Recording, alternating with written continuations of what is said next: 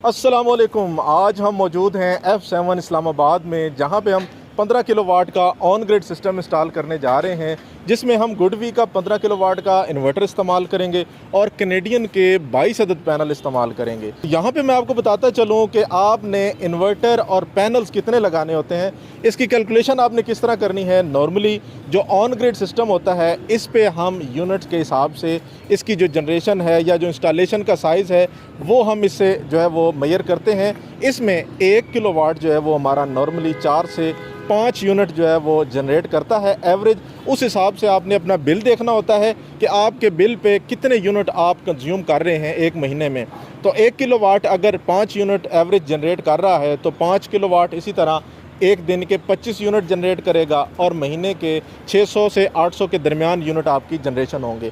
तो इसी तरह आप अपने सिस्टम की अपने बिल को देखते हुए साइज़ का अंदाज़ा लगा सकते हैं कि आपकी साइट पे आपको कितने किलोवाट का लगाना चाहिए सिस्टम।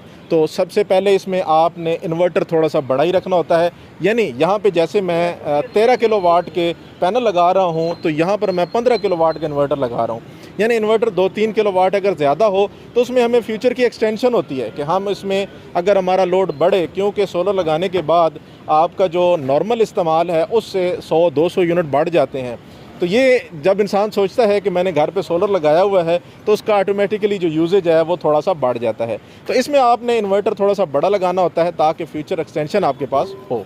तो मोअज़्ज़िज़ नाज़रीन, बढ़ते हैं अपनी वीडियो की तरफ और आपको बताते हैं कि इस सिस्टम पे आपके कितने यूनिट जनरेट होंगे। आप नॉर्मली अगर बात करें जिनको जनरेशन का यूनिट्स का कंसेप्ट नहीं कि आप क्या कुछ इस पे चला सकते हैं, तो वो मैं आपको डिटेल से बताऊंगा कि इस सिस्टम पे आप कितनी कुछ अप्लाइंसेस चला सकते हैं और इस पे लागत कितनी आई है। इस साइड पे हमारे पास जो जगह है वो बिल्कुल लेवल में नहीं थी कि आधा स्ट्रक्चर हमने इस साइड पे बनाया है, जिसके लिए हमने 14 पैनल का एलिवेटेड स्ट्रक्चर बनाया है। और जैसा कि आप मेरी इस तरफ देख सकते हैं, जो डाउन छत है उसके ऊपर हमने 12 पैनल का स्ट्रक्चर बनाया है। तो यहाँ पर मुख्तलिफ साइट के हवाले से आप मुख्तलिफ तरह के स्ट्रक्चर जो हैं वो डिज़ाइन होते हैं। नॉर्मली अगर एक ही तरह का हमवार छत होता तो हम एक ही यूनिट बनाते एलिवेट करके। तो इस तरह आप हर साइट के लिहाज से अलग तरह का जो है वो स्ट्रक्चर डिज़ाइन कर सकते हैं। और यहाँ पर आप देख सकते हैं कि गार्डर के साथ एच बीम और सी चैनल जो हैं वो GI के, और साथ में आप देख सकते हैं कि जितनी भी इसके साथ ज़रूरी सपोर्टें थी वो हमने दी हैं ताकि यहाँ पर विंड प्रेशर को जो है वो जितना कम से कम हो सके किया जा सके, उसके ख़तरे से बचा जा सके। जैसा कि आप देख सकते हैं कि इन दोनों स्ट्रक्चर में आपको मैक्सिमम सपोर्ट्स नज़र आ रही हैं, क्योंकि हमारा ये जो इन्वर्टर है या जो हमारे पैनल्स हैं इनकी लाइफ 25 से 30 साल जो है वो देखने को मिलती है। तो उस लिहाज से स्ट्रक्चर का भी डिज़ाइन आपने इस तरह से करना होता है कि वो स्ट्रक्चर भी 25 से 30 साल आपके निकाल सके।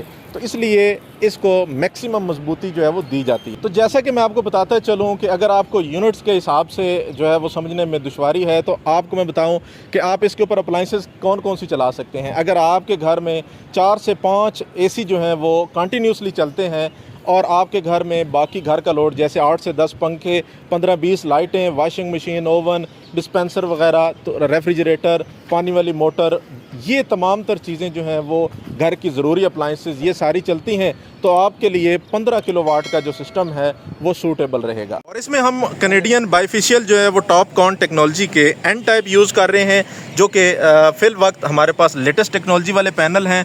और इस एक पैनल का साइज़ अगर मैं आपको दिखाता चलूँ तो 580 वाट एक पैनल का साइज़ है।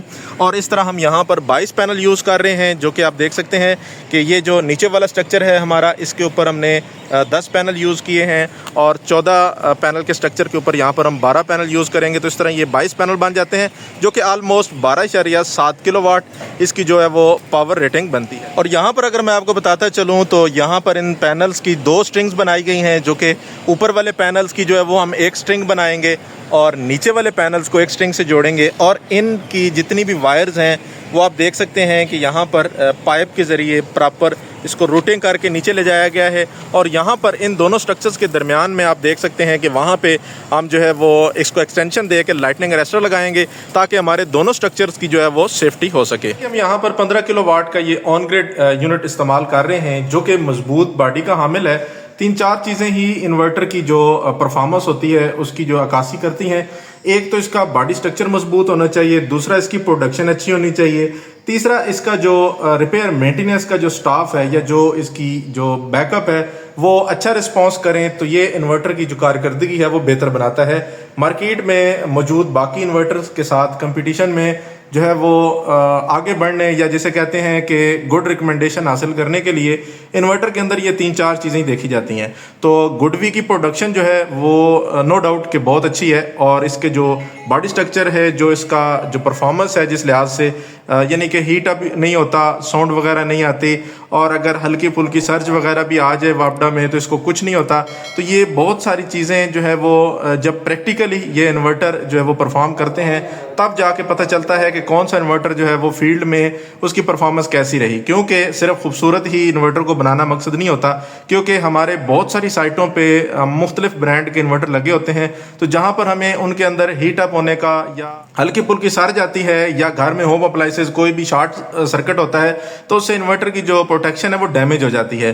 तो गुडवी का अगर आप कंप्लेन रेशो देखें तो वो 0 से जो है वो 5% तक है, यानी कि ना होने के बराबर है। हाँ, अगर वापडा में कोई बड़ा प्रॉब्लम मेन सप्लाई पे हो जाए तो तब जो है वो जाके कोई मसला आ सकता है, नहीं तो नॉर्मली जो फील्ड में जो हमारा एक्सपीरियंस रहा है वो गुडवी का जो इन्वर्टर है वो बेहतरीन परफॉर्मेंस दे रहा है। एक तो ये हीटअप नहीं होता, दूसरा जो है वो इसके क्योंकि इसके एक्सटर्नल फैंस भी होते हैं जो कि इसके हीट सिंक के साथ लगे होते हैं, यानी अंदर वाली बॉडी के साथ नहीं होते, एक्सटर्नल जो बाहर हीट सिंक होता है उसके साथ होते हैं। वो शाज़ो नादरी चलते हैं, यानी कि उनके चलने की ज़रूरत तब पड़ती है जब इन्वर्टर बहुत ज़्यादा हीट अप हो जाए। तो बाकी जितनी भी कंपनीज़ के हैं वो मोस्टली जो गर्मी के दिन है अगर आपने माउंटी में इंस्टॉल किया हुआ है तो वहाँ पर वो कभी कभार फैंस चलते हैं, लेकिन गुडवी का जो है वो फैंस चलने की नौबत नहीं आती। वो नौबत इसलिए नहीं आती कि ये इन्वर्टर गर्म ही नहीं होता। तो यहाँ पर आप देख सकते हैं कि यहाँ पर मैं आपको दिखाता चलूँ कि ये जो है वो हीट सिंक बेस्ड जो है वो मजबूत बॉडी का जो है वो हामिल है। और यहाँ पर आपको एक छोटी सी स्क्रीन देखने को मिलती है जिसके ऊपर पैरामीटर जो है वो आपको नज़र आते हैं, और यहाँ पर जो है वो इसके साथ ये एरर कोड का जो है वो साइन देखने को मिलता है। दूसरा ऑन का, ये ग्रीन हो जाए तो ऑन होता है, ऊपर आपको पावर का जो है वो सिंबल नज़र आता है। उसके बाद इसके साथ जो वाईफाई डोंगल स्टिक मिलती है ये भी छोटी सी और स्मार्ट सी है, जिसके इस तरफ आपको जो है वो बारकोड देखने को मिलता है, जिसको आप स्कैन करते हैं तो ऐप के ज़रिए आप इसको मॉनिटर कर सकते हैं। उसके बाद आप देख सकते हैं कि इस पे हमने जो है फ्लेक्सिबल पाइप लगा के नीचे जो है वो 60x60 की मजबूत डक के ज़रिए कनेक्शन किए हैं, ताकि इसकी जो है वो जिस तरह का खूबसूरत इन्वर्टर है उस तरह की इंस्टॉलेशन भी खूबसूरत होनी चाहिए। किसी तरह का आपको हार बना हुआ या केबल लटकी नज़र नहीं आ रही, प्रॉपर ड्रेस करके इस डक के अंदर लगा के, और यहाँ पर फिर दोबारा जो है वो छोटे पाइप लगा के इस डीबी के अंदर हमने कनेक्शन किए हैं। इस डीबी में हमने आप देख सकते हैं कि सोलर के जो 2 हमने पीवी यूज़ किए हैं उसके लिए 2 ब्रेकर यूज़ किए हैं, डीसी ब्रेकर साथ में एसपीडी यूज़ की है 4 पोल, और यहाँ पर हमने एसी सप्लाई की स्विचिंग और प्रोटेक्शन के लिए हमने 4 पोल ब्रेकर दिया है जो कि हमारी वापडा और इन्वर्टर के दरमियान प्रोटेक्शन और स्विचिंग देगा। उम्मीद करते हैं प्यारे दोस्तों आपको इस वीडियो से काफ़ी कुछ सीखने को मिला होगा, और अगर आप चाहते हैं कि ऐसी सोलर से रिलेटेड मालूमाती वीडियो आपको फ्यूचर में भी मिले तो वीडियो को लाइक करने के साथ साथ चैनल ज़रूर सब्सक्राइब कीजिएगा। अपना रखिएगा ढेर सा ख्याल, एक नई वीडियो में दोबारा मिलेंगे, तब तक के लिए अल्लाह निगहबान।